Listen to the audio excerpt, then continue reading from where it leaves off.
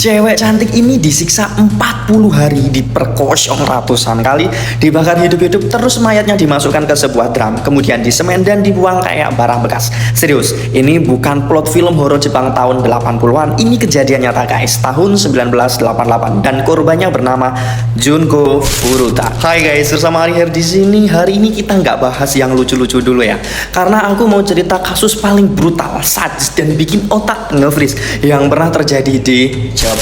Oke, sebelum kita lanjut, biar makin seru, kalian boleh klik dulu tombol like, follow, share, dan komen ya, biar kamu nggak ketinggalan cerita kelam dan konten misteri lainnya. Back to topic.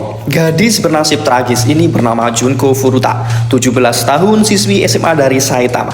Nggak neko-neko, nggak nakal, anak baik-baik ya, kayak teman kamu ya, ranking 1 tapi nggak sombong. Sayangnya hidupnya berakhir tragis gara-gara dia tolak cinta cowok berandalan yang bernama Hiroshi Miyano. Dan si Hiroshi ini guys bukan cowok biasa, dia punya koneksi ke Yakuza. Wow, ngeri juga ya, karena gengsinya yang luka parah, ya iyalah dia ditolak cewek manis. Akhirnya dia dendam parah sama Junko. Singkat cerita, dia nyulik si Junko ini. Dia pun gak sendirian, dia ngajak temennya Nobuharu Minato, kemudian ada Joe Ogura, dan yang terakhir ada Yasushi Watanabe. 4 bocah ini entah makan apa, bisa-bisanya nyiksa Junko Furuta kurang lebih 40 hari di rumah orang tuanya Minato.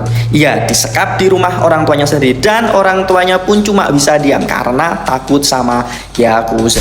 Perlu kalian tahu guys, cerita ini bukan cuma cerita forum gelap atau cerita karangan. Nah, aku sudah surfing berita resmi, baca artikel-artikel juga, dan banyak konten kreator yang bahas kisah ini. Biar kalian makin percaya, nih aku sepil, biar kalian bisa tahu lagi. Nanti bisa cari tahu banyak berita-berita artikel di sini yang udah aku cantumkan ini ya. Oke, back to topic again. Selama disekap, Junko nggak dikasih ampun. Dia diperkosong rame-rame lebih dari 400 kali.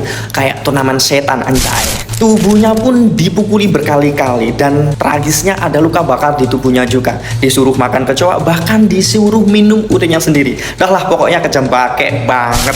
Junko ini sempat ada perlawanan. Junko juga sempat nelpon polisi, tapi ketahuan.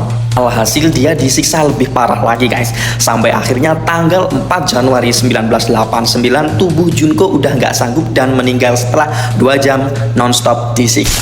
Panik gak? Ya pasti panik lah. 4 bocah tengil tadi itu panik. Nah, akhirnya bingung kan mereka.